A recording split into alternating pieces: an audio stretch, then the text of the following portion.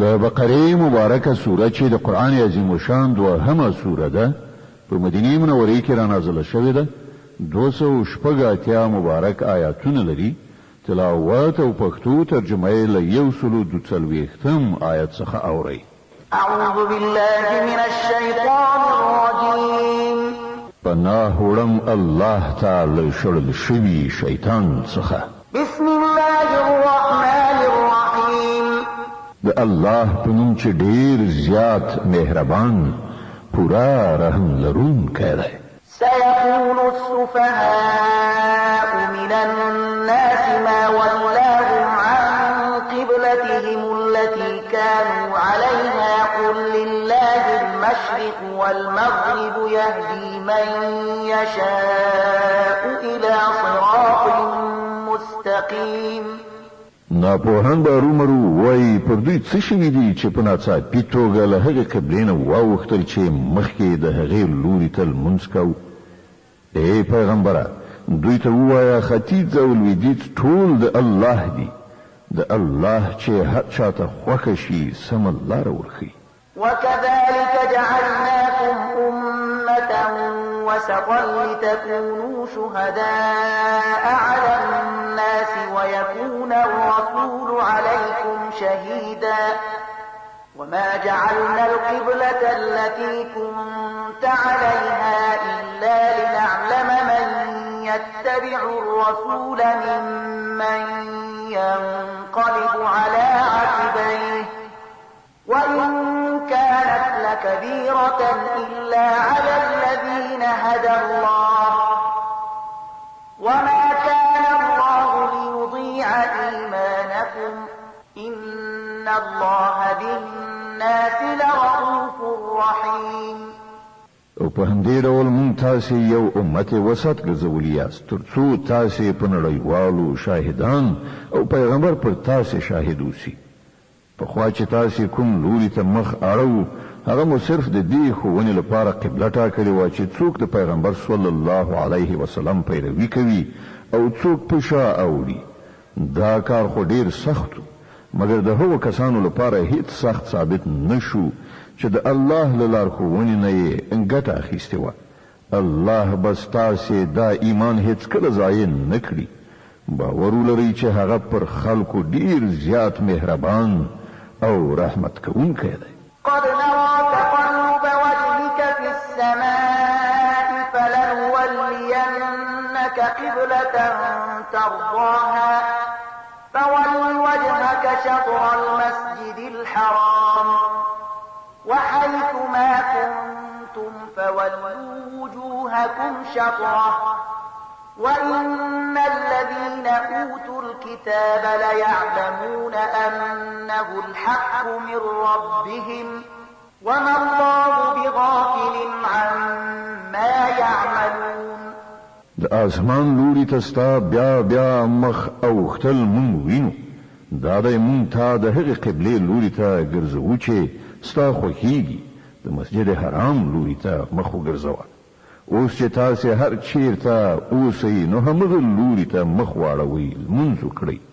کوم خلکو ته چې کتاب ورکړی شوی دی ښه پوهیږي چې د قبلې بدلیدو دا امر د هغو د رب لخوا او حق دی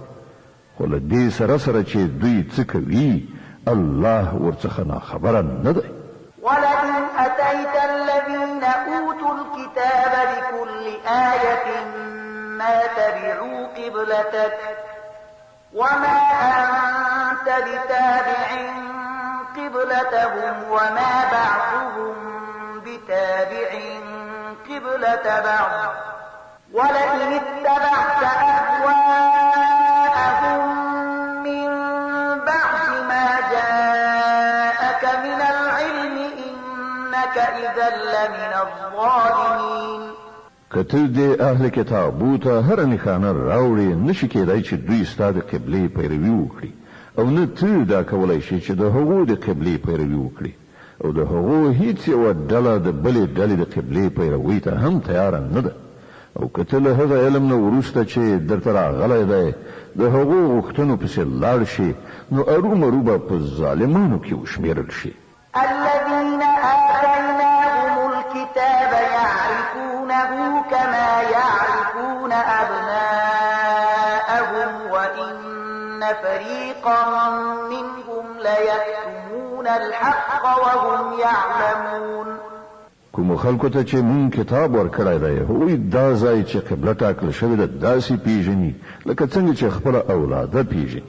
خو له هغو نه یوه ډله د پوهې او ادراک سره سره حق پټوي. الحق من ربك فلا تكونن من الممترين. دا په غوڅه توګه یوه حقه خبره ده ستا د رب له لوري، نو ته د هغه په باب هیڅکله شکمن کېږه مه. ولكل وجهة هو موليها فاستبقوا الخيرات أينما تكونوا يأت بكم الله جميعا إن الله على كل شيء قدير. د هر چا لپاره یو لوری دی چې هغه ته مخ اړوي، نو تاسې د ښېګڼو په لوري په ځغستا شئ. هر چیرته چې اوسئ الله به تاسې ټول ومومي، د هغه له قدرت نه هیڅ شی د باندې نه دی. ومن حيث خرجت فول وجهك شطر المسجد الحرام وإنه للحق من ربك وما الله بغافل عما تعملون. ته چې له هر ځای نه تېرېږې له همغه ځایه د لمانځه په وخت کې خپل مخ د مسجد حرام لوري ته واړوه، ځکه چې دا ستا د رب بیخي په حقه فیصله ده او الله ستاسې له عملونو نه بېخبره نه دی. ومن حيث خرجت فول وجهك شطر المسجد الحرام وحيث ما كنتم فولوا وجوهكم شطره لئلا يكون للناس عليكم حجة إلا الذين ظلموا منهم فلا تخشوهم واخشوني ولأتم نعمتي عليكم ولعلكم تهتدون. او له هر ځایه چې تېرېږئ خپل مخ د مسجد حرام لوري ته وګرځوه، او هر چیرته چې تاسې یې د همغه لوري ته مخ واړوئ، لمونځ ادا کړئ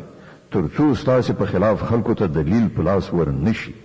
هو د ظالمانو ژبه به په هیڅ حال کې ونه تړله شي، خو له هغو نه مه ویرېږئ بلکې له ما نه وویرېږئ، او د دې لپاره چې زه پر تاسې خپل نعمتونه پوره کړم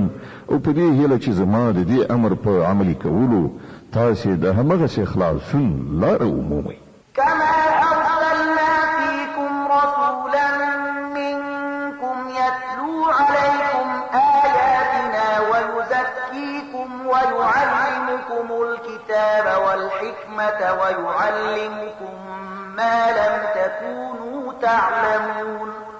لکه چې تاسې ته په دې سره برای در په برخه شوی چې ما ستاسې په منځ کې په خپله له تاسې نه یو پیغمبر مبعوث کړ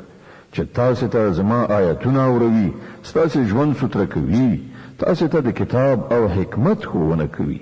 او تاسې ته هغه خبرې در زده کوي چې تاسې پرې نه پوهېدئ. فاذكروني أذكركم واشكروا لي ولا تكفرون. له دې عمله تاسې ما په یاد ولرئ، زه به تاسې یاد کړم او زما شکر ادا کړئ، د نعمت ناشکري مه کوئ. يا أيها الذين آمنوا استعينوا بالصبر والصلاة إن الله مع الصابرين. اے مومنانو په صبر او لمانځه سره مرسته وغواړئ، الله د صبر لرونکو ملګری دی. ولا تقولوا لمن يقتل في سبيل الله أموات بل أحياء ولكن لا تشعرون. او هغه خلکو ته چې د الله په لار کې ووژل شي مړه مه وایئ، داسې خلک خو په حقیقت کې ژوندي دي، مګر تاسې دا شعور نه لرئ چې د هغو په ژوند خبر شئ. ولنبلونكم بشيء من الخوف والجوع ونقص من الأموال والأنفس والثمرات وبشر الصابرين الذين إذا أصابتهم مصيبة قالوا إنا لله وإنا إليه راجعون. أولئك عليهم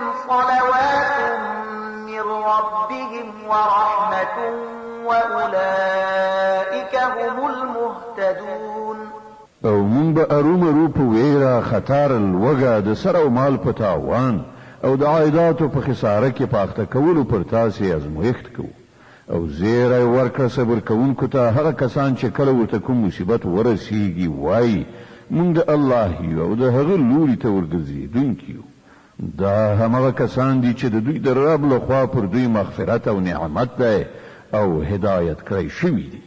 إن الصفا والمروة من شعائر الله فمن حج البيت أو اعتمر فلا جناح عليه أن يطوف بهما ومن تطوع خيرا فإن الله شاكر عليم. په یقیني توګه صفا او مروه د الله له نښانو څخه دي. له دې عمله څوک چې د بیت الله حج یا عمره وکړي د هغه لپاره وبال نشته که د دې دوه غونډیو ترمنځ طواف وکړي او څوک چې په خوښه مینه څه نیک کار وکړي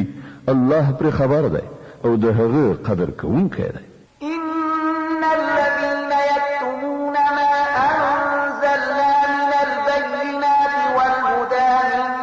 بعد ما بيناه للناس في الكتاب أولئك يلعنهم الله ويلعنهم اللاعنون.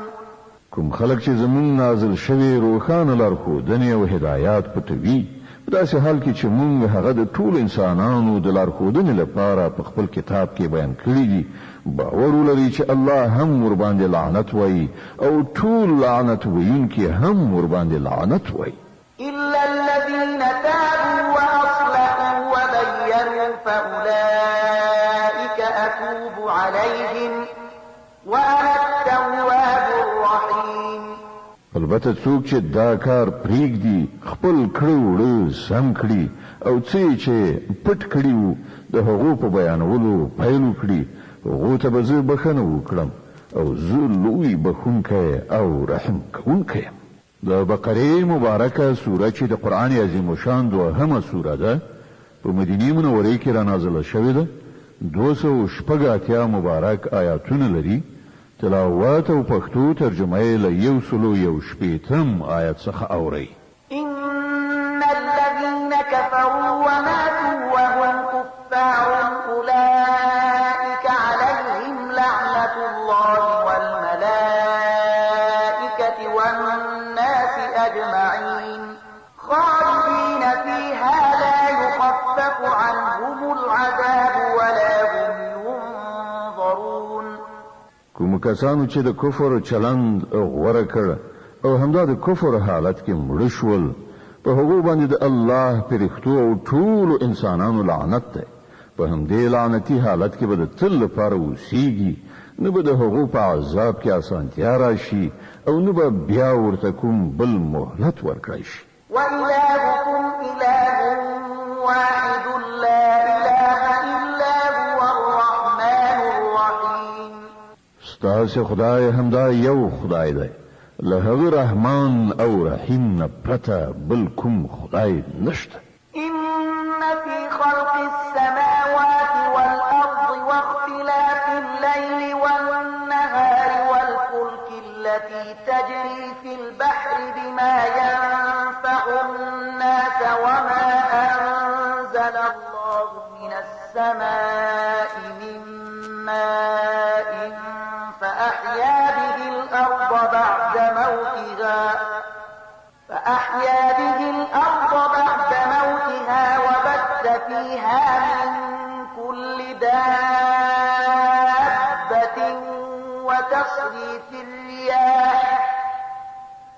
وتصريف الرياح والسحاب المسخر بين السماء والأرض لآيات لقوم يعقلون. د دې حقیقت پیژندنې لپاره که کومه نښانه په کار ده نو څوک چې له پوهې نه کار اخلي د هغو لپاره د آسمانونو او ځمکې په ساختمان کې یو په بل پسې د شپې او ورځې په پرله پسې راتګ کې په هغو کښتیو کې چې د انسانانو د ګټې وړ شیانو د وړلو راوړلو لپاره په سیندونو او سمندرونو کې ګرځي را ګرځي د باران په هغو اوبو کې چې الله یې له پاسه راوروي او د هغو په وسیله ځمکه ژوندۍ کوي او په خپل دغه انتظام سره یې په ځمکه کې هر راز ساکخان خوار کړي دي د بادونو په لګېدو کې او په هغو وریځو کې چې د آسمانونو او ځمکې په منځ کې د امر ښکیل دي بشمیره نښانې دي. ومن الناس من يتخذ من دون الله أندادا يحبونهم كحب الله والذين آمنوا أشد حبا لله ولو يرى الذين ظلموا إذ يرون العذاب أن القوة لله جميعا وأن الله شديد العذاب. خود خدای پر یووالي باندې د دې ښکارا څرګندو دلالت کوونکو نښو نښانو د لیدلو سره سره هم ځینې خلک داسې دي چې له الله نه پرته نور د هغه سیالان او مخې ګرځوي او پر هغو داسې میندې لکه چې څنګه له الله سره مینا لرل ښایي. په داسې حال کې چې ایمان لرونکو ته تر هر چا زیات الله ګران وي. هغه ادراک او احساس چې د ظالمانو ته د عذاب د لیدو په وخت کې پیدا کیدونکی دی که همدا نن دوی لیدلی وای نو باور به راغلی وای چې ټول قوت او ټول واکمنۍ یوازې الله لره دي او په دې به هم باور شوی وای چې الله سره ډیر سخت عذاب شته. إذ تبرأ الذين اتبعوا من الذين اتبعوا ورأوا العذاب وتقطعت بهم الأسباب. کله چې هغه سزا ورکړي په هغه وخت کې به حالت داسې وي چې هماغه لیډران او رهبران چې په دنیا کې پیروي کېدله له خپلو پیروانو څخه به بیزاري څرګنده کړي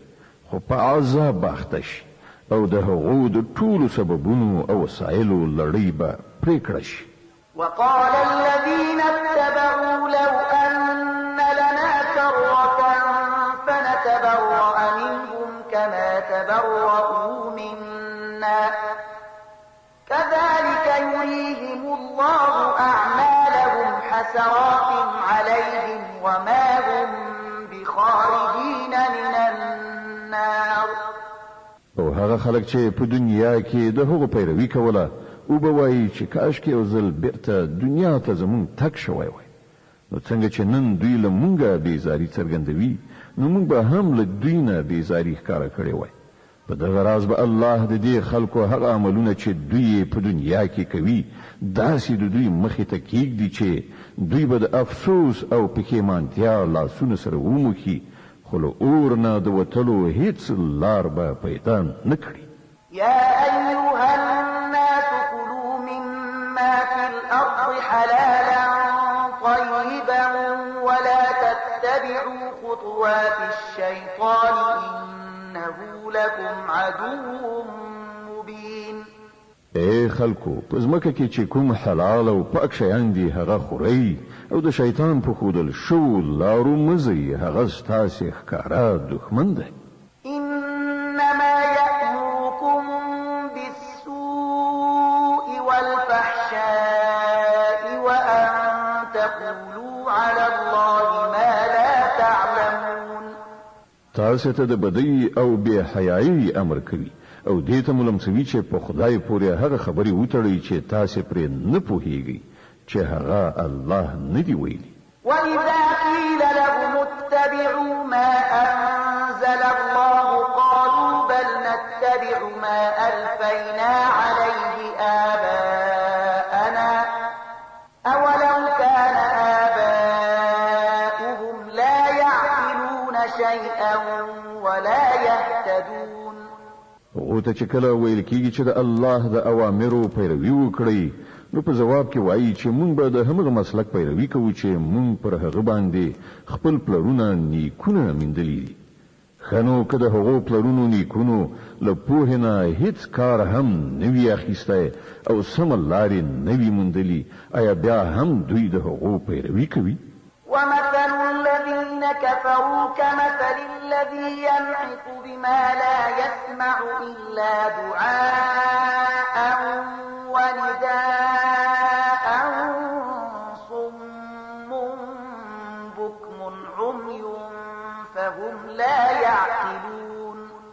دا خلک چې د خدای پر خودل شوی لار باندې لټلونه انکار کړای دی د دوی حالت کټ مټ داسې دی لکه چې شپانه څار ویو ته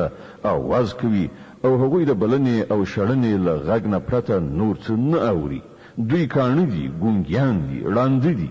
ځکه خو په هیڅ خبره نه پوهیږي يا أيها الذين آمنوا كلوا من طيبات ما رزقناكم واشكروا لله إن كنتم إياه تعبدون اے مؤمنانو که تاسو پر اختیار سره د همدې الله بندگی کوونکی یاست نو کوم پاک شیان چې مونږ درکړي دي هغه په بے پروايي سره خورئ او د الله شکر باسئ إنما حرم عليكم الميتة والدم ولحم الخنزير وما أهل به لغير الله فمن اضطر غير باغ ولا عاد فلا إثم عليه إن الله غفور رحيم د الله له لوري که پر تاسو څه بندیز لګول شوی دی نو هغه دا دی چې د خپل مړ شوی یعنی مردار غوښه د وینې او د خوګ د غوښې له خوړلو نه ډډه وکړئ او داسې کوم شی مخورئ چې پر هغه باندې له الله نه پرته د بل چا نوم اخیستل شوی وي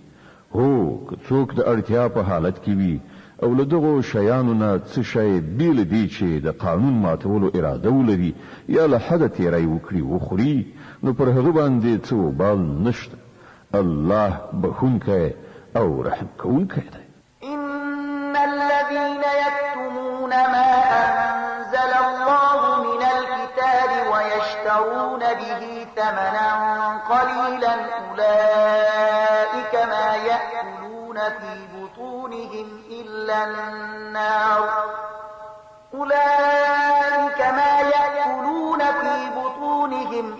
النار ولا يكلمهم الله يوم القيامة ولا يزكيهم ولهم عذاب أليم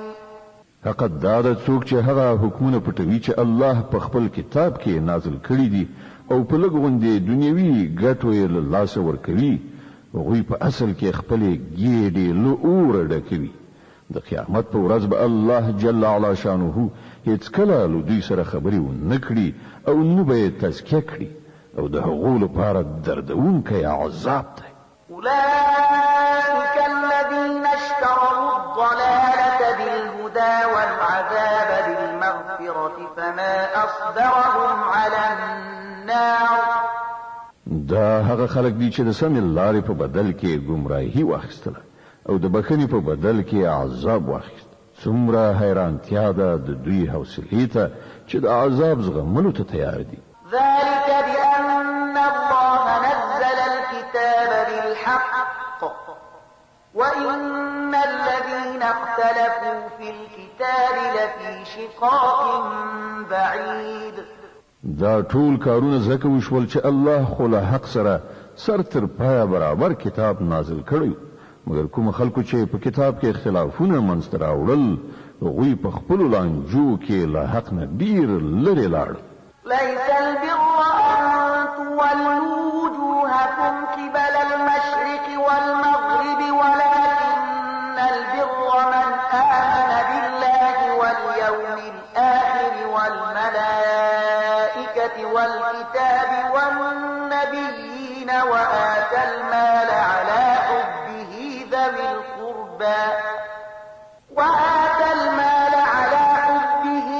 القربى واليتامى والمساكين وابن السبيل والسائلين وفي الرقاب وأقام الصلاة وآتى الزكاة والموفون بعهدهم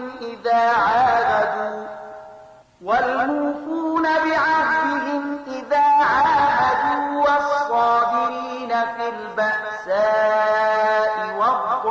والضراء وحين البأس أولئك الذين صدقوا وأولئك هم المتقون نیکی یوازې دا نه ده چې تاسو خپل مخونه ختیځ لوري ته واړوي یا لویدیځ لوري ته بلکې نیکی دا ده چې انسان الله او د قیامت ورځ او پرختیا او د الله نازل کړای شوی کتابونه او د هغه پیغمبران د زړونو کومي ومني او د الله په مینه کې خپل ګران مالونه په خپل خپلوانو یتیمانو مسکینانو پردیسیانو درویزګرو او د غلامانو په ازادۍ مصرف کړي المنځ قائم کړي زکات ورکړي او نیکان هغه کسان دي چې کله وعده وکړي تر سره یې کړي او د تنګسي او غمونو په وخت کې او د حق او د باطل په جګړه کې صبر وکړي همدا ریښتینی او همدا پرهیزګار خلک يا أيها الذين آمنوا كتب عليكم القصاص في القتل الحر بالحر والعبد بالعبد والأنثى بالأنثى فمن عفي له من أخيه شيء فاتباع بالمعروف وأداء إليه بإحسان ذلك تخفيف من ربكم ورحمة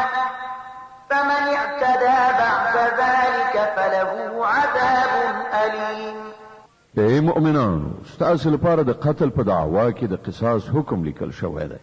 آزاد د آزاد په مقابل کې وژل شي او غلام د غلام په بدل کې او خځه د خځې په بدل کې. هو کوم قاتل سره د هغه دینی ورور یو څه نرمي کولو ته تیار وي نو په خو وجه د وژنې د بدل په باب اقدام وشي او پر قاتل باندې لازمه ده چې په صداقت سره خونه ورکړي. دا ستاسو د رب له خوا سانتیا او رحمت ده. کله دین وروسته څوک تجاوز وکړي د هغه لپاره دردونکی عذاب ده. ولكم في القصاص حياة يا أولي الألباب لعلكم تتقون. وخياران ستاسو لپاره په قصاص کې ژوند دی په کار ده چې له دې قانون نه سر ونه غړوي. كتب عليكم إذا حضر أحدكم الموت إن ترك خيرا الوصية للوالدين والأقربين بالمعروف حقا على المتقين. پر تاسو باندې فرض کړی شوی ده چې کله له تاسو نه د کوم یو د مرګ وخت را نږدې شي او هغه له ځانه وروسته مال پرېږدي نو مور پلار او خپلوانو ته دې په مناسبه توګه وصیت وکړي. دا حق دی پر پرهیزګارانو. فمن بدله بعدما سمعه فإنما إثمه على الذين يبدلونه إن الله سميع عليم. نو چا چې وصیت واورید او بیا یې هغه بدل کړ نو د هغه وبال به د بدلونکو په غاړه وي. الله د هر څه اوریدونکی او په هر څه پوهیدونکی دی. فمن خاف من موص جنفا أو إثما فأصلح بينهم فلا إثم عليه إن الله غفور رحيم. البته کله چا سره دا اندېښنه وي چې وصیت کوونکی په ناپوهۍ یا په قصدي توګه حق تلفي کړې ده او هغه د دې موضوع د اړوندو کسانو په منځ کې روغه وکړي نو پر هغه باندې هیڅ وبال نشته. الله بخونکی او رحم کوونکی دی. يا أيها الذين آمنوا كتب عليكم الصيام كما كتب على الذين من قبلكم لعلكم تتقون. اے مؤمنان پر تاسو روزه فرض کړی شوی لکه چې له تاسو نه د مخکې پیغمبرانو په پیروانو فرض کړی شوی وي. له دې نه دا هیله ده چې تاسو کې د پرهیزګارۍ صفت پیدا شي. أياما معدودات فمن كان منكم مريضا أو على سفر فعدة من أيام أخر وعلى الذين يطيقونه فدية طعام مسكين فمن تطوع خيرا فهو خير له وأن تكونوا خير لكم إن كنتم تعلمون. د څو ټاکلو ورځو روژې دي. کله تاسو نه څوک ناروغ وي یا پردیس وي نو په نورو ورځو کې د همغومره شمیر پوره کړي او کوم خلک چې د روژې نیولو وسه نه لري لکه د لوی عمر او دوامداره مرض خاوندان او نه نیسي نو هغه د فدیه ورکړي د یوې روژې فدیه یو مسکین ته خواړه ورکول دي او څوک چې په خپله مینه څه زیاته نیکي وکړي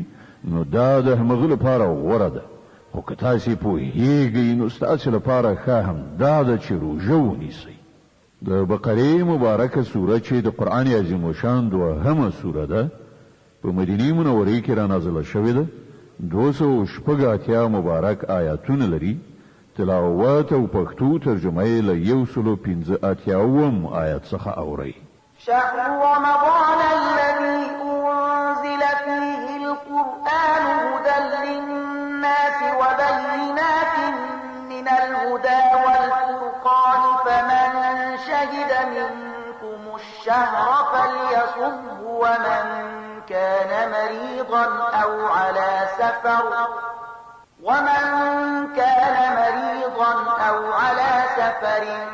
فعدة من أيام أخر يريد الله بكم اليسر ولا يريد بكم العسر ولتكملوا العدة ولتكبروا الله على ما هداكم ولعلكم تشكرون رمضان هغه میاشت چې په هغې کې قرآن نازل کړی شو چې د انسانانو لپاره له سره تر پایه هدایت ده او داسې څرګندې لارښودنې پکې دي چې د سمې لارې ښوونکي او د حق او باطل یو له بله په ډاګه بېلوونکي دي له دې کبله څوک چې له دې وروسته دا میاشت ومومي پر هغه لازمه ده چې دا ټوله میاشت روژه ونیسي او که څوک ناروغ یا مسافر وي نو هغه دې په نورو ورځو کې د روژو شمیر پوره کړي الله پر تاسې آسانتیا راوستل غواړي سختی راوستل نه غواړي له دې امله تاسې ته دا طریقه ښودله کېږي تر څو تاسې د روژو شمیر پوره کړای شي او په کوم هدایت چې الله تاسې سرلوړي کړي یې په هغه سره د الله لویي وستایئ او شکر کوونکي اوسئ وإذا سألك عبادي عني فإني قريب أجيب دعوة الداع إذا دعاني فليستجيبوا لي وليؤمنوا بي لعلهم يرشدون ای پیغمبره زما بندگان کله تانه زما په باب پوښتنه وکړي نو هغو ته ووایه چې زه ورته ډېر نږدې یم بلونکی چې کله ما وبلی زه د هغه بلنه اورم او ځواب ورکوم نو هغو ته ښایي چې زما بلنې ته لبیک ووایي او پر ما باندې ایمان راوړي ته دا خبره هغو ته واوروه کیدای شي چې هغوی سمه لاره ومومي أحل لكم ليلة الصيام الرفث إلى نسائكم هن لباس لكم وأنتم لباس لهن علم الله أنكم كنتم تختانون أنفسكم فتاب عليكم وعفى عنكم فالآن باشروهن وابتغوا ما كتب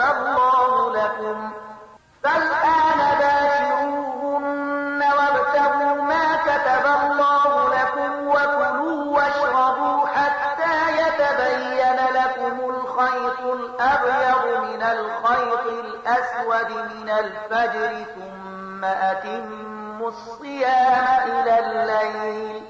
ولا تباشروهن وأنتم عاكفون في المساجد تلك حدود الله فلا تقربوها كذلك يبين الله آياته للناس لعلهم يتقون ستاسې لپاره د روژې په شپو کې خپلو میرمنو سره یو ځای کېدل روا کړای شوي دي هغوی ستاسې جامه او تاسې د هغو جامه یاست الله ته څرګنده شوه چې تاسې په پټه پټه له خپلو ځانونو سره خیانت کوو خو هغه ستاسې ګناه وبخله او در تیر شو اوس تاسې له خپلو میرمنو سره د شپې یو ځای شي او کوم خوند چې الله تاسې ته روا کړی دی هغه واخلئ همدارنګه د شپې له مخې خورئ څښئ تر هغه وخته چې د شپې د ترږمۍ له تورې لیکې نه مو د سپېده داغه څړیکه تر سترګو شي له هغه وروسته دا هر څه پرېږدئ تر شپې پورې خپله روژه بشپړه کړئ او کله چې تاسو په جماعتونو کې څیلا یاست یعنی اعتکاف کوئ نو د خپل میرمنو سره نږدې والی مکوئ دا د الله وذکری حدود دي دې ته نږدې مو ورځي دغه شان الله خپل حکمونه خلکو ته په ډاګه څرګندوي خای چې هغوی له ناوړه چلن نه ځانونه وژغوري ولا تأكلوا أموالكم بينكم بالباطل وتدلوا بها إلى الحكام لتأكلوا فريقا من أموال الناس بالإثم وأنتم تعلمون او تاسو مو په خپل منځو کې یو د بل مال په ناروا توګه خوري او موږ هغه حاکمانو ته په دې غرض باندې کوي چې تاسو ته په قصدي توګه او ظلم سره د نورو د شتمنۍ د خوړلو فرصت په لاس درشي په داسې حال کې چې تاسو پوهیږئ يسألونك عن الأهلة قل هي مواقيت للناس والحج وليس البر بأن تأتوا البيوت من ظهورها ولكن البر من اتقى وأتوا البيوت من أبوابها واتقوا الله لعلكم تفلحون خلق لتا څخه د سپوږمۍ د نری کېدو او غټېدو په باب پوښتنه کوي وایا دا د خلکو لپاره د نیټو ټاکلو او د حج نښانې دي دا هم ورته وایي چې دا څه نیکي نه ده چې تاسو خپل کورونو ته د هغو د شاله لوري ننوځئ اصلي نیکي خو دا ده چې انسان د الله له خفه کولو نه ځان وژغوري نو تاسو خپل کورونو ته د دروازو له لارې ورشئ له الله نه ویریدونکي اوسئ ښایي چې بریالیتوب در په برخه شي وقاتلوا في سبيل الله الذين يقاتلونكم ولا تعتدوا إن الله لا يحب المعتدين او تاسو د الله په لار کې له هغو کسانو سره وجنګیږئ چې له تاسو سره جنګیږي خو تیری مکوئ چې الله تیری کوونکي نه خوښوي وَاقْتُلُوهُمْ حَيْثُ ثَقِفْتُمُوهُمْ وَأَخْرِجُوهُم مِّنْ حَيْثُ أَخْرَجُوكُمْ وَالْفِتْنَةُ أَشَدُّ مِنَ الْقَتْلِ وَلَا تُقَاتِلُوهُمْ عِندَ الْمَسْجِدِ الْحَرَامِ حَتَّى يُقَاتِلُوكُمْ فِيهِ فَإِن قَاتَلُوكُمْ فَاقْتُلُوهُمْ كَذَلِكَ جَزَاءُ الْكَافِرِينَ فَإِنِ انتهوا فَإِنَّ اللَّهَ غَفُورٌ رَّحِيمٌ له هغو سره وجنګیږي هر چیرته چې وسره مخامخ شي هغوی وباسي له کومه ځای چې هغو تاسې ایستلي ځکه که وژل هر څومره بد عمل دی خو فتنه له هغه نه هم ډیره بده ده او مسجد حرام ته نږدې چې تر څو پورې هغوی له تاسې سره نوي جنګېدلي تاسې هم ورسره مه جنګېږئ خو تر څو پورې چې هغو هلته له جنګېدو نه لاس نه وي اخیستی نو تاسې هم بې له کومې اندېښنې هغوی ووژنئ چې د داسې کافرانو هم دا سزا ده بیا که هغوی منع شول نو وپوهیږئ چې الله بخونکی او رحم کوونکی دی وقاتلوهم حتى لا تكون فتنة ويكون الدين لله فإن انتهوا فلا عدوان إلا على الظالمين تاسو له هغو سره جنګیږئ تر دې پورې چې فتنه پاتې نشي او دین د الله لپاره شي بیا که هغوی لاس په سر شول نو وپوهیږئ چې له ظالمانو پرته د بل چا په ضد لاس غځول روان نه دي الشهر الحرام بالشهر الحرام والحرمات قصاص فمن اعتدى عليكم فاعتدوا عليه بمثل ما اعتدى عليكم واتقوا الله واعلموا أن الله مع المتقين د حرام میاشتې بدله همغه حرام میاشت ده او د ټولو حرمتونو مراعات به یو شان برابر وي نو که څوک پر تاسې تیری وکړي تاسې هم په همغه ډول پر هغه تیری وکړئ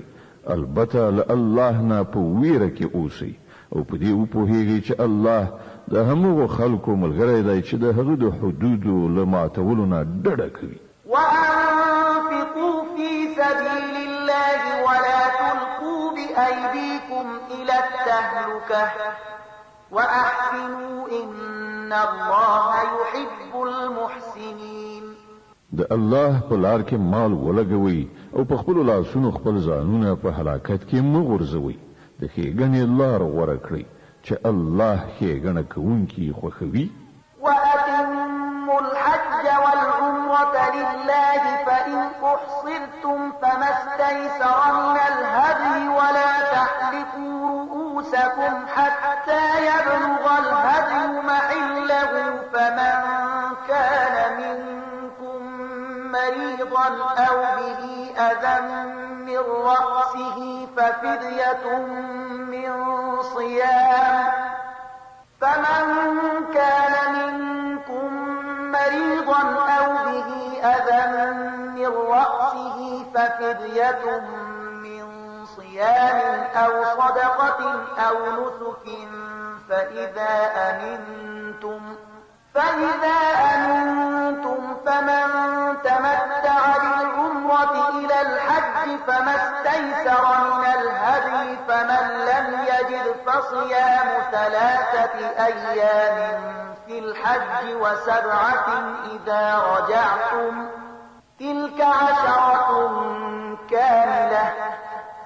ذلك لمن لم يكن أهله حاضر المسجد الحرام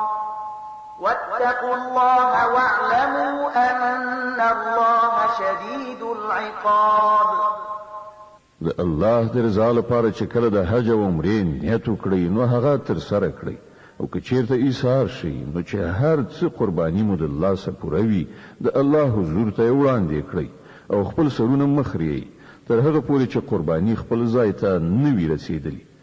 خو که څوک ناروغ وي یا په سر کې څه تکلیف وي او له دې عمله خپل سر وخري نو هغه ته دا پکار ده چې د فدیې په توګه روژې ونیسي یا خیرات وباسي یا قرباني ورکړي. بیا که تاسې ته امنیت په برخه شو او تاسې د حج له ورځو مخکې مکې ته ورسېدئ نو چا چې له تاسې څخه د حج د ورځو له راتلو نه مخکې له عمرې نه ګټه واخیستله هغه د خپل وس په اندازه قرباني وکړي او که قرباني ونه میندله نو 3 روژې د حج په دوران کې او روژې د کور ته لستنېدو وروسته په دغه شان د 10 روژې پوره کړي. دا آسانتیا د هغو چا لپاره ده چې کور کهول مسجد حرام ته نږدې نه وي. د الله د دې حکمونو له تخلف نه ځان وژغورئ او په دې ښه وپوهیږئ چې الله ډېر سخت سزا ورکوونکی دی. الحج أشهر معلومات فمن فرض فيهن الحج فلا رفث ولا فسوق ولا جدال في الحج وما تفعلوا من خير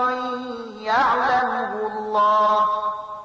وتزودوا فإن خير الزاد التقوى واتقون يا أولي الألباب. د حج میاشتې ټولو ته څرګندې دي. څوک چې په دې ټاکلو میاشتو کې د حج نیت وکړي هغه باید په دې خبر اوسي چې د حج په دوران کې له هغه څخه څه شهواني عمل څه ناوړه فعل څه جنگ جګړه صادره نشي او تاسو چې څه نیک عمل کوئ الله پرې پوهیږي. د حج د سفر لپاره د لارې توښه در سره واخلئ او تر هر څه ښه د لارې توښه پرهیزګاري ده. نو ای هوښیارانو زما له نافرمانۍ نه ډډه وکړئ. ليس عليكم جناح أن تبتغوا فضلا من ربكم فإذا أفضتم من عرفات فاذكروا الله عند المشعر الحرام واذكروه كما هداكم وإن كنتم من قبله لمن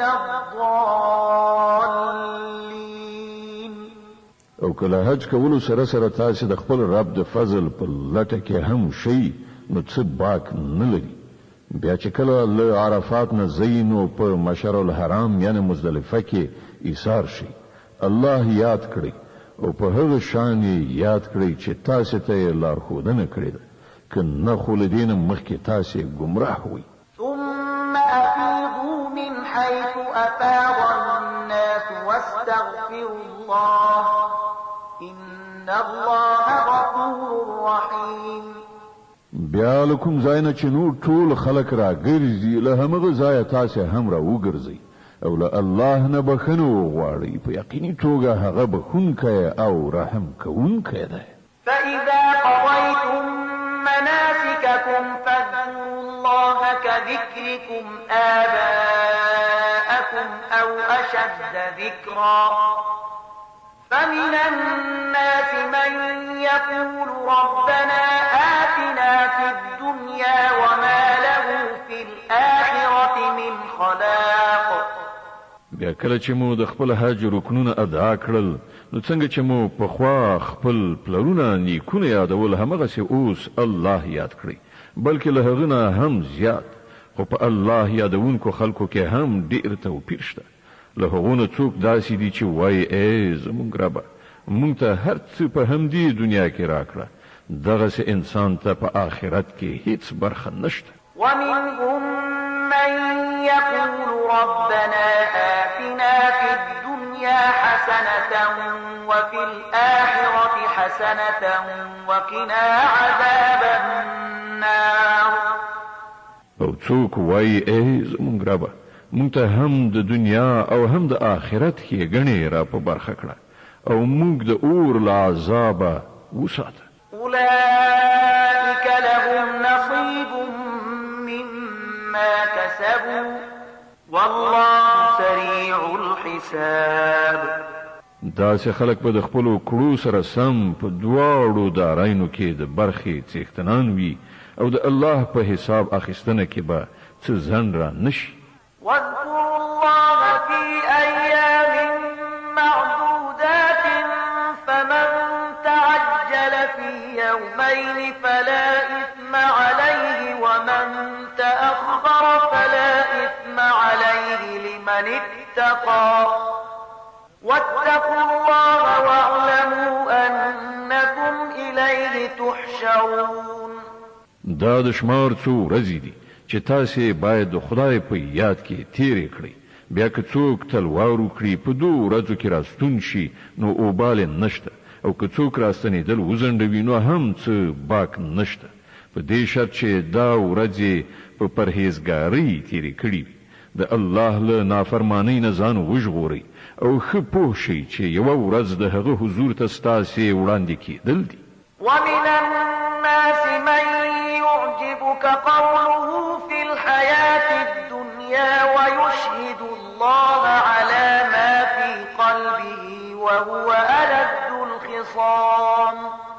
په انسانانو کې څوک داسې دي چې د هغه خبرې د دنیا په ژوند کې تاسې ته ډېرې ښې ښکاري او هغه پر خپلې نیکنیتۍ باندې په وار وار الله شاهد نیسي خو په حقیقت کې هغه د حق ډېر سخت دښمن وي. وإذا تولى سعى في الأرض ليفسد فيها ويهلك الحرث والنسل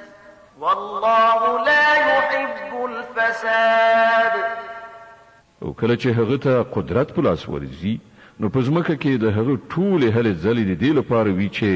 فساد خور کړي کښتونه لوټ کړي او انساني زوزات له منځه یوسي. په داسې حال کې چې الله هغه ذات چې هغه به شاهد نیو هیڅ کله فساد نه خوښوي. وإذا قيل له اتق الله أخذته العزة بالإثم فحسبه جهنم ولبئس المهاد. او کله چې ورته ویل کیږي چې الله نه ویریږه نو د خپل پت او آبرو مفکوره پر ګناه ټینګوي.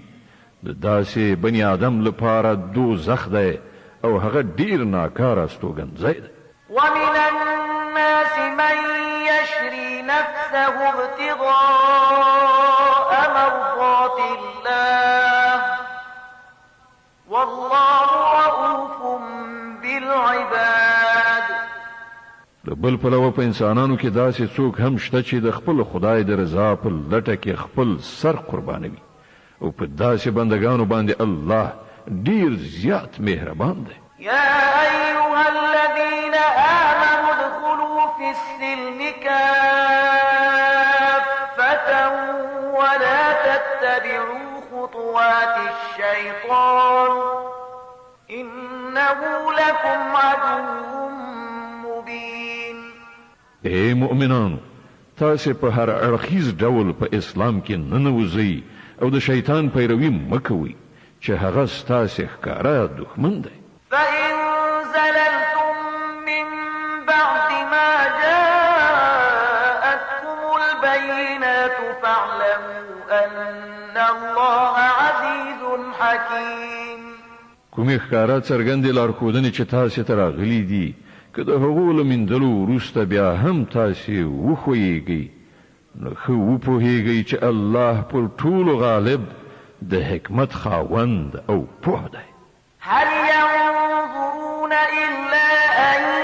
يأتيهم الله في ظلل من الغمام والملائكة وقضي الأمر وإلى الله ترجع الأمور. که د دې ټولو نصیحتونو او لارښودنو نه وروسته بیا هم خلک سم نه وي نو آیا اوس هغوی دې ته سترګې په لاره دي چې الله د وریځو چترۍ ودروي د پرښتو له صفونو سره دوی ته مخامخ راشي او پرېکړه وکړای شي؟ په پای کې خو ټولې چارې د همدې الله حضور ته وړاندې کېدونکي دي. سل بني إسرائيل كم آتيناهم من آية بينة ومن يبدل نعمة الله من بعد ما جاءته فإن الله شديد العقاب. لبني اسرائیل نه پوښتنه وکړه مونږ څنګه ښکارا څرګندې نښې نښانې ورښودلې دي او دا هم ورڅخه پوښتنه وکړه چې کوم قوم چې د الله نعمت له میندلو وروسته په بدمرغۍ سره بدل کړي هغو ته الله څنګه سخته سزا ورکوي. زين للذين كفروا الحياة الدنيا ويسخرون من الذين آمنوا والذين اتقوا فوقهم يوم القيامة والله يرزق من يشاء بغير حساب. کوم خلکو چې د کفر لاره غوره کړې ده هغو ته د دنیا ژوند ډیر خوږ او په زړه پورې ګرځېدلی دی.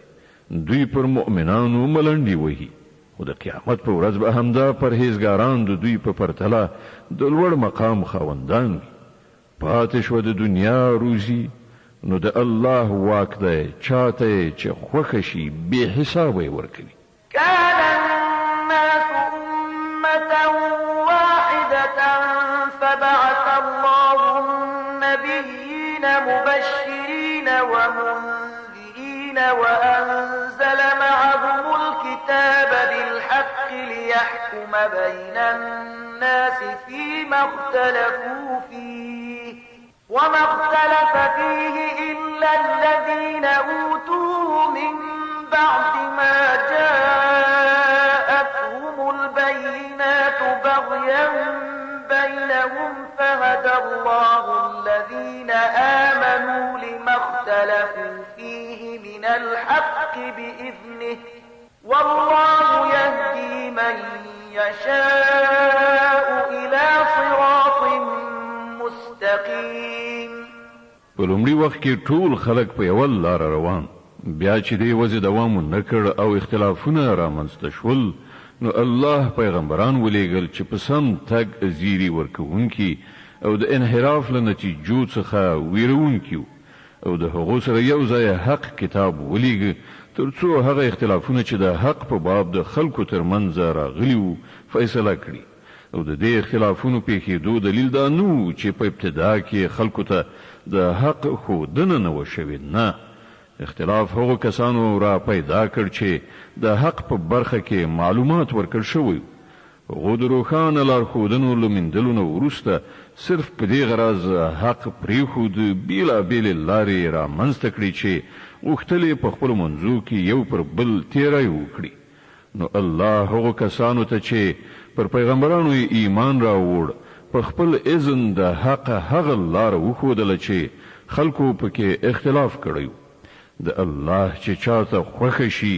سمه لاره ورښي. أم حسبتم أن تدخلوا الجنة ولما يأتكم مثل الذين خلوا من قبلكم مستهم البأساء والضراء وزلزلوا حتى يقول الرسول والذين آمنوا معه متى نصر الله ألا إن نصر الله قريب. تاسې دا انګیرلې چې هم داسې به جنت ته ننوځئ، په داسې حال کې چې لا تر اوسه پر تاسې هغه هر څه نه دي تیر شوي چې له تاسې نه پر مخکنیو مؤمنانو راغلي دي. په هغو ستونزې راغلې، کړاوونه ورته ورسېدل، ولړزولي شول، ان تر دې چې د وخت رسول او د هغه مؤمنانو ملګرو فریادونه وکړل چې د الله مرسته به کله راشي. په هغه وخت کې هغو ته ډاډینه ورکړای شوه چې هو د الله مرسته نږدې ده. يسألونك ماذا ينفقون قل ما أنفقتم من خير فللوالدين والأقربين واليتامى والمساكين وابن السبيل وما تفعلوا من خير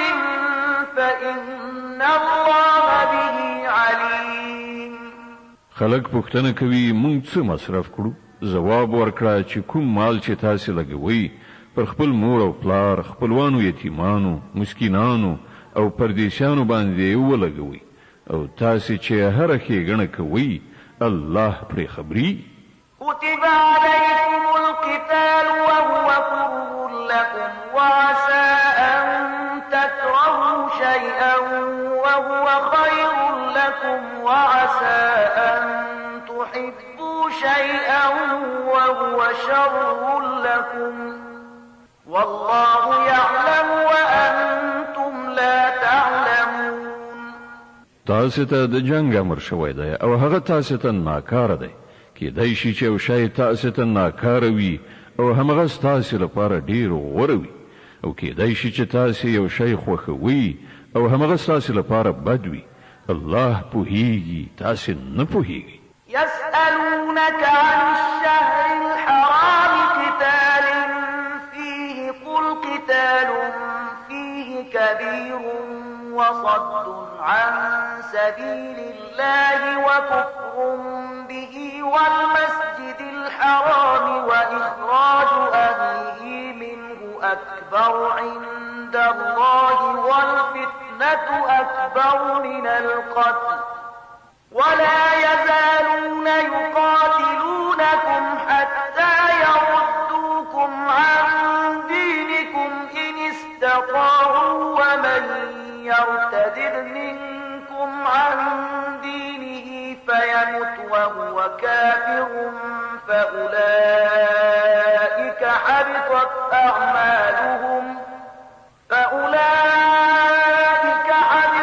أعمالهم في الدنيا والآخرة وأولئك أصحاب النار هم فيها خالدون. خلق پوښتنه کوي په حرام میاشت کې جنگیدل څنګه دي؟ وای په دې کې جنگ کول ډیر بد دي، خو د خدای له لارې نه د خلکو منع کول، پر الله باندې کافر کېدل، د مسجد حرام لار د خدای پالونکو پر مخ تړل او د حرم اوسیدونکو له هغه ځای ایستل د خدای په وړاندې له دینه هم ډیر زیات بد کار دی او فتنه له وینو تویولو نه سخته ګناه ده. هغوی به له تاسې سره تل په جنگ اخته وي، ان تر دې چې که یې وسه ورسیږي نو تاسې به له دې دین نه واړوي، او په دې ښه پوه شئ چې له تاسې نه چې هر څوک له دې دین نه واوړي او د کفر په حالت کې ومري، د هغه عملونه به په دنیا او آخرت دواړو کې به بېځا او ضایع شي.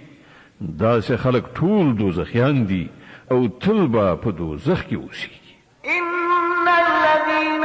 آمنوا والذين هاجروا وجاهدوا في سبيل الله أولئك يرجون رحمة الله والله غفور رحيم. د دې پر خلاف کوم خلکو چې ایمان راوړی دی او چا چې د خدای په لار کې خپل کور وطن پریښی او جهاد یې کړی دی، هغوی حق لري چې د خدای د رحمت هیله مند وي او الله د هغو د خطاو بخونکی او پر هغو د خپل رحمت پیرزو کوونکی دی. د بقره مبارکه سوره چې د قرآن عظیم شان دوهمه سوره ده په مدینه منوره کې را نازله شوې ده. 280 مبارک آیاتونه لري. تلاوت او پښتو ترجمه یې له 219 آیت څخه اوري. يسألونك عن الخمر والميسر قل فيهما إثم كبير ومنافع للناس وإثمهما أكبر من نفعهما ويسألونك ماذا ينفقون قل العفو كذلك يبين الله لكم الآيات لعلكم تتفكرون في الدنيا والآخرة. پوښتنه کوي د شراب او جواری یعنی قمار څه حکم دی؟ وایا په دواړو کې لویه ګناه ده. که څه هم د خلکو لپاره به څه ګټه هم پکې وي خو ګناه یې له ګټې نه ډیره زیاته ده. پوښتنه کوي موږ د خدای په لار کې څه مصرف کړو؟ وایا هغه څه چې ستاسو له اړتیا نه زیات وي. په دې ډول الله تاسو ته خپل احکام په څرګنده توګه بیانوي. ښایي چې تاسو د دنیا او آخرت دواړو په باب فکر وکړئ. ويسألونك عن اليتامى قل إصلاح لهم خير وإن تخالطوهم فإخوانكم والله يعلم المفسد من المصلح ولو شاء الله لأعنتكم إن الله عزيز حكيم. پوښتنه کوي له یتیمانو سره دې څه چار چلند وشي؟ وایا په کوم ډول چلند کې چې د هغو ښېګڼه وي د همغه غوره کول ډیر ښه دي. او که تاسو خپل او د هغو خرڅ او لګښت او ژوند ژواک سره ګډ او شریک کړئ څه باک نشته نو هغوی خو ستاسو ورونه دي. د ورانکارو او روغچارو دواړو حال الله ته ښکاره دی. که د الله خوښه شوې وای نو په دې کار کې به تاسو له ستونزو سره مخامخ کړي وای مګر هغه په واکمنۍ سربیره د حکمت څښتن هم دی. ولا تنكحوا المشركات حتى يؤمنن ولأمة مؤمنة خير من مشركة ولو أعجبتكم ولا تنكحوا المشركين حتى يؤمنوا ولعبد مؤمن خير من مشرك ولو أعجبكم أولئك يدعون إلى النار والله يدعو إلى الجنة والمغفرة بإذنه ويبين آياته للناس لعلهم يتذكرون. تاسو له مشرکو خزو سره هیڅ کله نکاح مکوئ ترڅو چې ایمان نوی راوړی. یو مسلمان وینځل آزاد مشرک نه ډیره خده که څه هم چې ستاسو هغه ډیره خوښوي او مسلمانې خزي مشرکانو ته هیڅ کله په نکاح مو ورکوي ترڅو چې هغه ایمان نوی راوړی. یو مسلمان غلام له آزاد مشرک نه ډیر خده که څه هم چې هغه ستاسو ډیر خوښوي. دا کسان تاسو د اور خواته دعوت کوي او الله په خپل اذن سره تاسو ته د جنت او بخنه په لوري بلنه درکوي او هغه خلکو ته خپل حکمونه په څرګنده توګه بیانوي کېدای شي چې هغوی درس واخلي او نصيحت ومني. ويسألونك عن المحيض قل هو أذى فاعتزلوا النساء في المحيض ولا تقربوهن حتى يطهرن فإذا تطهرن فأتوهن من حيث أمركم الله إن الله يحب التوابين ويحب المتطهرين. پوښتنه کوي د حیض څه حکم دی؟ وایا هغه یو د پلیدۍ حالت دی. په هغه کې له ښځو نه بیل اوسئ او هغو ته مه نږدې کیږئ تر څو چې هغوی پاکې شي. بیا چې کله هغوی پاکی شي نو له هغو سره هغه شان یو ځای شي چې الله درته امر کړی دی د الله هغه خلق خوښیږي چې له بدۍ نه لاس واخلي او سپېڅلتیا غوره کړي نساؤكم حرث لكم فأتوا حرثكم أنا شئتم وقدموا لأنفسكم واتقوا الله واعلموا أنكم ملاقوه وبشر المؤمنين ستاسې ښځې ستاسې کښتونه دي ستاسې خپله خوښه ده څنګه مو چې زړه غواړي هغه شان په خپل کښت کې تصرف وکړئ خو د خپل راتلونکي فکر ولرئ او د الله له خفګان نه ځان وژغورئ ښه پوه شئ چې یوه ورځ به له هغه سره یو ځای کیږئ او ای پیغمبره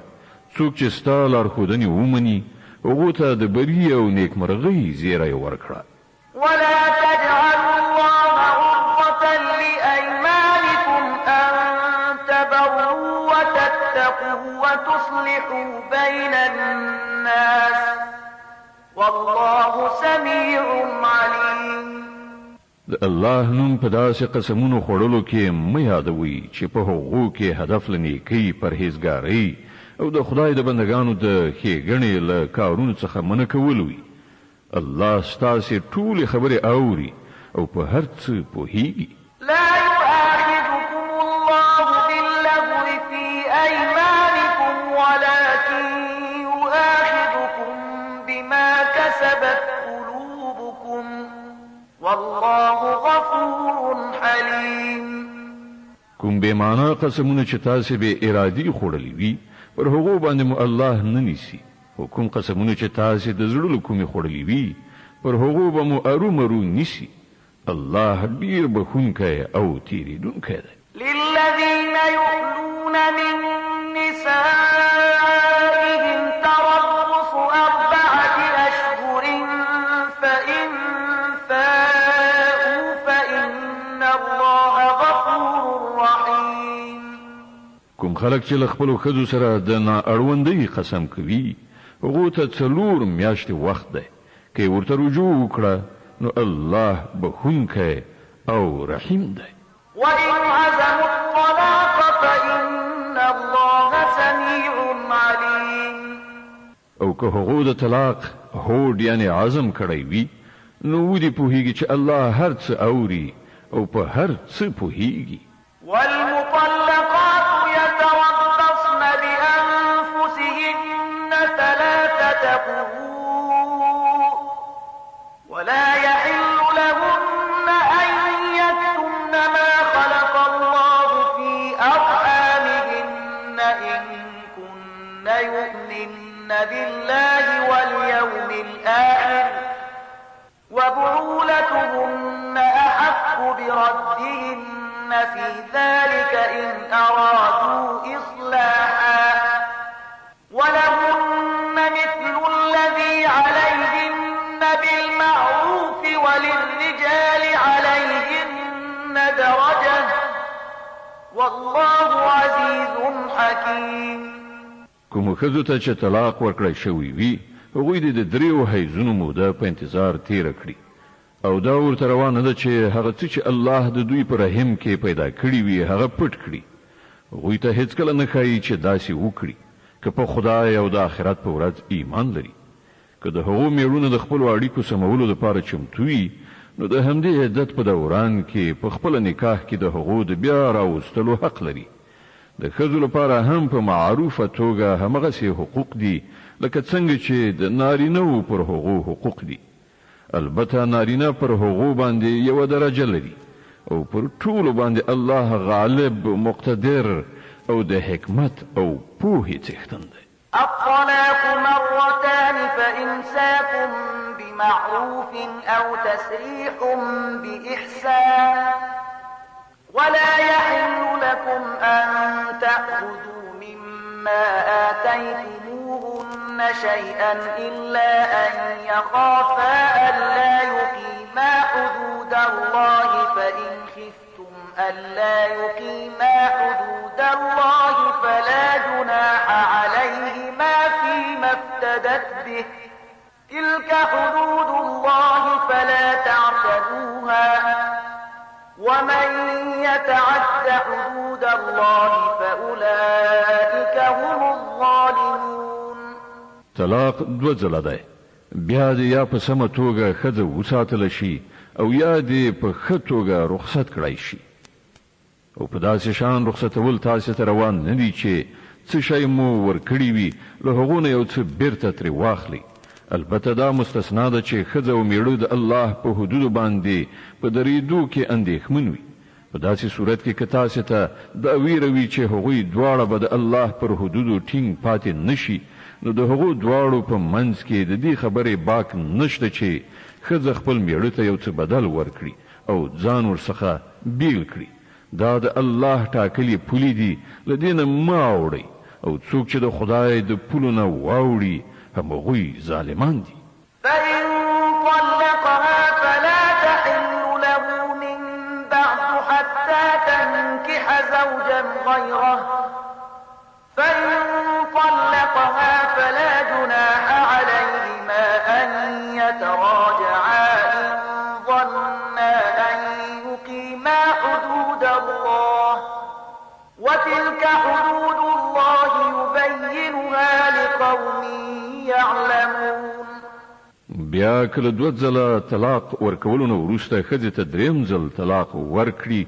نو هغه ښځه بیا د هغه لپاره روان نه ده، مګر دا چې بل چا سره د هغې نکاح وشي او هغه یې طلاق کړي. کله هغه وروسته لومړي میړه او دې ښځې دواړو دا فکر وکړ چې پر الهي حدودو به ودرېږي، نو که دوی یو بل ته رجوع وکړي څه باک نشته. دا د الله ټاکلي حدود دي.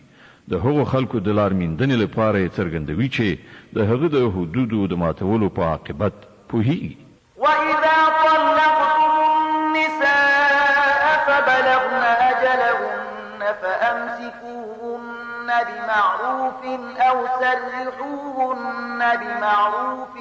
ولا تمسكوهن ضرارا لتعتدوا ومن يفعل ذلك فقد ظلم نفسه ولا تتخذوا آيات الله هزوا واذكروا نعمة الله عليكم وما أنزل عليكم من الكتاب والحكمة يعظكم به واتقوا الله واعلموا أن الله بكل شيء عليم. او کله چې تاسې ښځو ته طلاق ورکړئ او د هغو عدت په پوره کېدو شي، نو یا یې په ښه توګه وساتئ یا یې په ښه شان رخصت کړئ.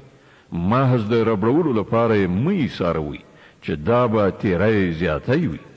او څوک چې دا کار وکړي هغه به په حقیقت کې خپله پر خپل ځان ظلم وکړي. د الله په آیتونو ملنډې مه وهئ. دا مه هېروئ چې الله په څه لوی نعمت تاسې سرلوړي کړي. هغه تاسې ته نصیحت کوي چې کوم کتاب هغه پر تاسې نازل کړی دی د هغه درناوی وکړئ، له الله نه وویریږئ او ښه وپوهیږئ چې الله له هرې خبرې نه خبر دی. وإذا طلقتم النساء فبلغن أجلهن فلا تعضلوهن أن ينكحن أزواجهن إذا تراضوا بينهم بالمعروف ذلك يوعظ به من كان منكم يؤمن بالله واليوم الآخر ذلكم أزكى لكم وأطهر والله يعلم وأنتم لا تعلمون. کله چې تاسې خپلو ښځو ته طلاق ورکړ او هغو خپل عدت پوره کړ، نو بیا په دې لاره کې خنډ مه پیدا کوئ چې هغوی د خپلو پخوانیو میړونو سره نکاح وکړي که د دواړو خواو په دې موافقه راغله. تاسې ته ښودنه کیږي چې هیڅکله داسې حرکت مه کوئ که پر الله او د آخرت په ورځ ایمان لرئ. ستاسې لپاره مناسبه او سپېڅلې لاره هم دا ده چې له دې نه ځان وژغورئ. الله پوهیږي او تاسې نه پوهیږئ. والوالدات يرضعن أولادهن حولين كاملين لمن أراد أن يتم الرضاعة وعلى المولود له رزقهن وكسوتهن بالمعروف لا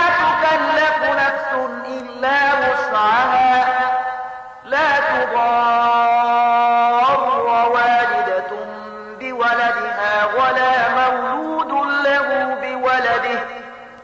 وعلى الوارث مثل ذلك فإن أرادا فصالا عن تراض منهما وتشاور فلا جناح عليهما وإن أردتم أن تسترضعوا أولادكم فلا جناح عليكم إذا سلمتم ما آتيتم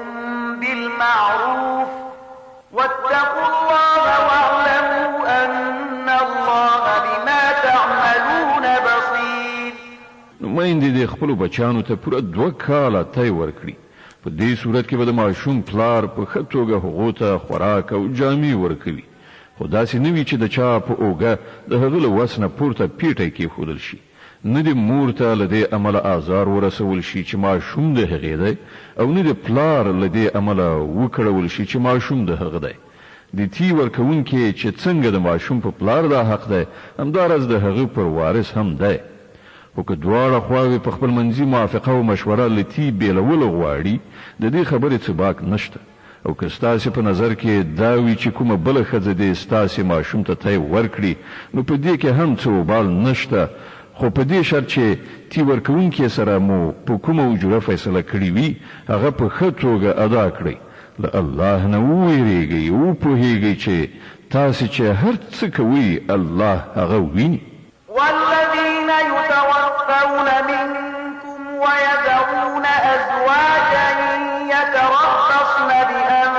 بأنفسهن 4 أشهر وعشرا فإذا بلغن أجلهن فلا جناح عليكم فيما فعلن في أنفسهن بالمعروف والله بما تعملون خبير. لتاسې څخه چې څوک ومري او کونډې پاتې شي، نو هغوی دې پر خپل ځان 4 میاشتې او 10 ورځې په عدت تیرې کړي. بیا چې کله عدت پوره شي، نو د خپلو شخصي چارو په باب د هغو خپله خوښه ده په ښه توګه چې څه کوي ودې کړي. پر تاسې څه مسؤلیت نشته. الله ستاسې ټولو له کړو وړو نه خبر دی. ولا جناح عليكم فيما عرضتم به من خطبة النساء أو أكننتم في أنفسكم علم الله أنكم ستذكرونهن ولكن لا تواعدوهن سرا إلا أن تقولوا قولا معروفا ولا تعزموا عقدة النكاح حتى يبلغ الكتاب أجله واعلموا أن الله يعلم ما في أنفسكم فاحذروه واعلموا أن الله غفور حليم. د عدت په موده کې که تاسې له هغو کونډو سره د نکاح هیله په اشاره کنایه څرګنده کړئ او که یې په زړونو کې پټه وساتئ، په دواړو صورتونو کې څه باک نه لري. الله پوهیږي چې هغوی به په زړونو کې در یادیږي، خو پام کوئ چې پټه وعده او تړون به ورسره نه کوئ. که کومه خبره کول وي نو په روا ډول دي وي، او د نکاح تړلو پریکړه تر هغه وخته مه کوئ چې تر څو پورې عدت تیر شوی نه وي. ښه وپوهیږئ چې الله ان ستاسې د زړونو په رازونو پوهیږي، نو له هغه نه وویریږئ او په دې هم وپوهیږئ چې الله زغمونکی دی، له وړو وړو خبرو تیریږي. لا جناح عليكم إن طلقتم النساء ما لم تمسوهن أو تفرضوا لهن فريضة ومتعوهن على الموسع قدره وعلى المقتر قدره متاعا بالمعروف حقا على المحسنين. پر تاسې هیڅ ګناه نشته که خپلو ښځو ته مخکې له هغه طلاق ورکړئ چې لاس مو نه وي وروړی او مهر مو نه وي ټاکلی. په دې صورت کې هغو ته څه ناڅه ورکول ضروري دي. وسوال دې د خپلې وسې او بېوزلي دې د خپلې وسې په اندازه په ښه توګه څه ورکړي. دا پر نیکانو حق دی. وإن طلقتموهن من قبل أن تمسوهن فريضة فنصف ما فرضتم إلا أن يعفون أو يعفو الذي بيده عقدة النكاح وأن تعفوا أقرب للتقوى ولا تنسوا الفضل بينكم إن الله بما تعملون بصير. وکتاسي لاس ورولو مخکې طلاق ورکړی وي خو مہر مو ټاکلی وي نو په دې صورت کې به نیمایي مہر ورکول وي. دا بیل خبره ده چې ښځه نرمه وضع وکړي او مہر وانخلي یا هغه څوک چې د نکاح د عقد واکمن دی له نرمۍ نه کار واخلي او پوره مہر ورکړي او تاسو یعنی نارینه که ښه وضع وکړئ نو دا له تقوا سره ډیره ښایي.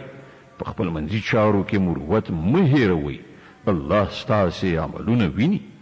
د بقره مبارکه سوره چې د قرآن عظیم شان دوهمه سوره ده په مدینه منوره کې را نازله شوې ده. 280 مبارک آیاتونه لري.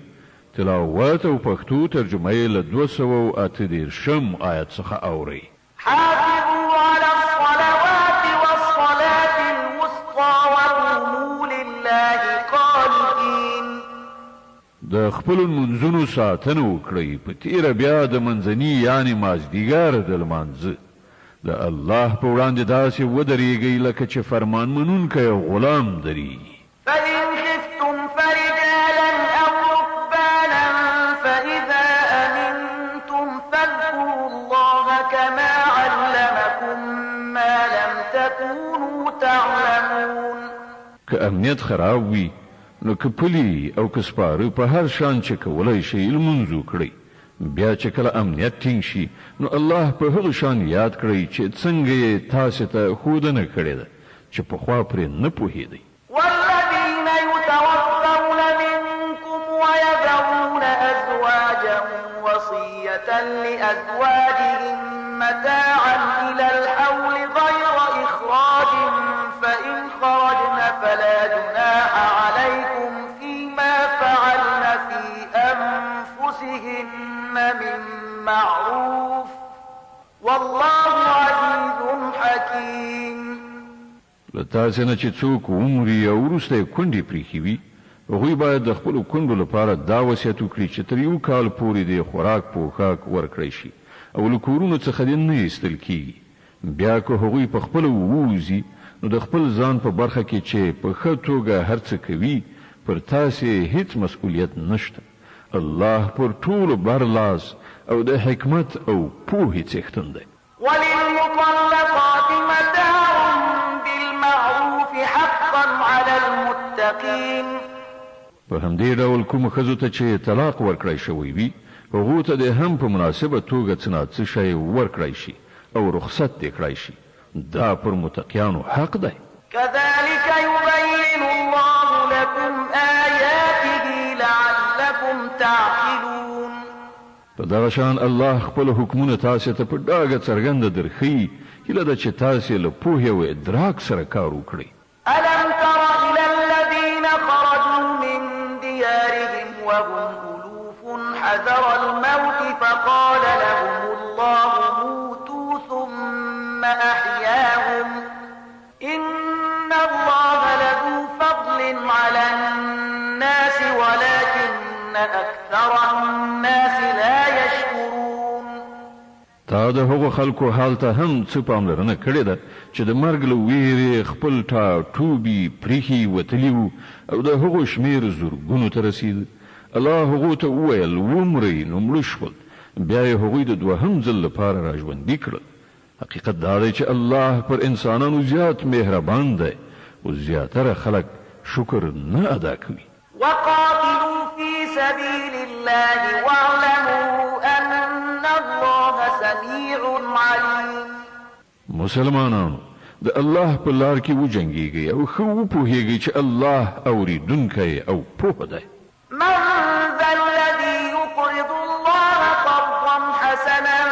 فيضاعفه له أضعافا كثيرة والله يقبض ويبسط وإليه ترجعون. له تاسې نه څوک دی چې الله ته قرض حسنه ورکړي تر څو چې الله د هغه پور څو چنده بیرته ورکړي. کمول هم د الله په لاس کې دي او زیاتول هم، او د همغه لوري ته ستاسې ورګرځېدل دي. ألم تر إلى الملأ من بني إسرائيل من بعد موسى إذ قالوا لنبي له ابعث لنا ملكا نقاتل في سبيل الله قال هل عسيتم إن كتب عليكم القتال ألا تقاتلوا قال هل عسيتم إن كتب عليكم القتال ألا تقاتلوا قالوا وما لنا ألا نقاتل في سبيل الله وقد أخرجنا من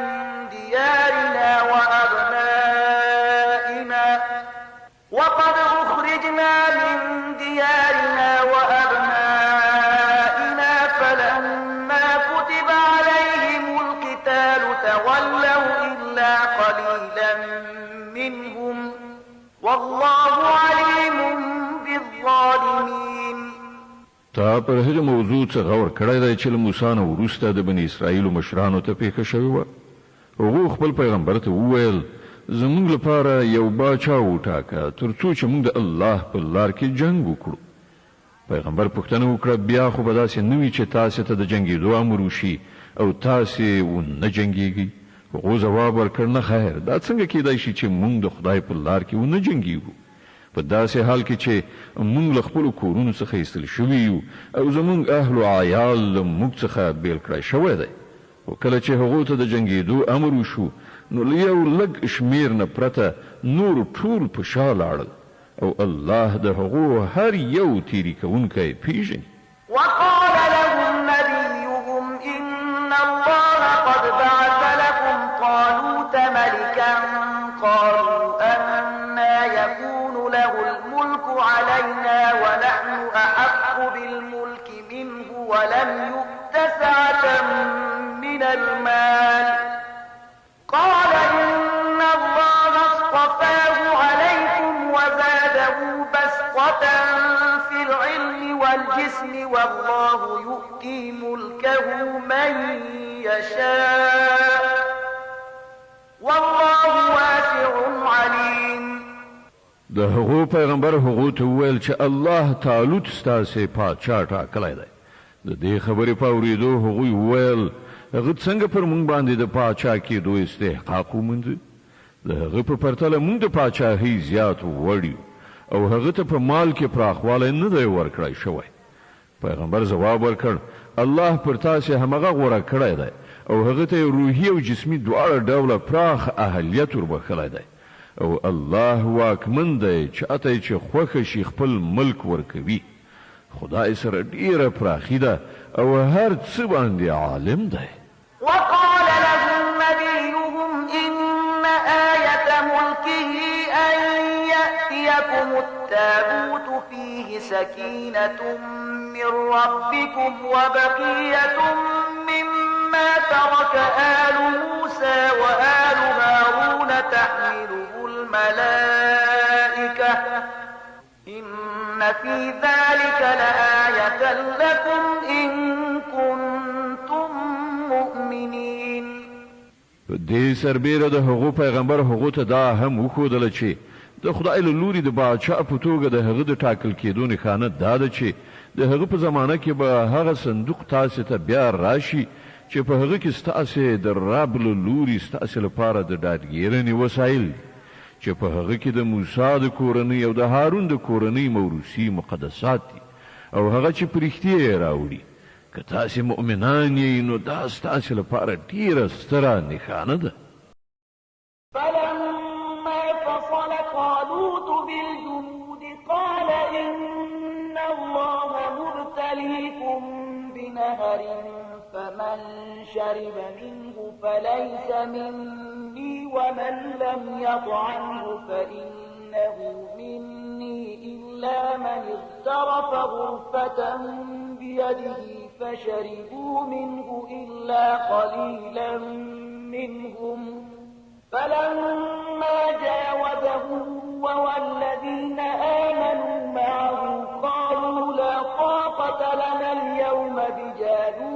وجنوده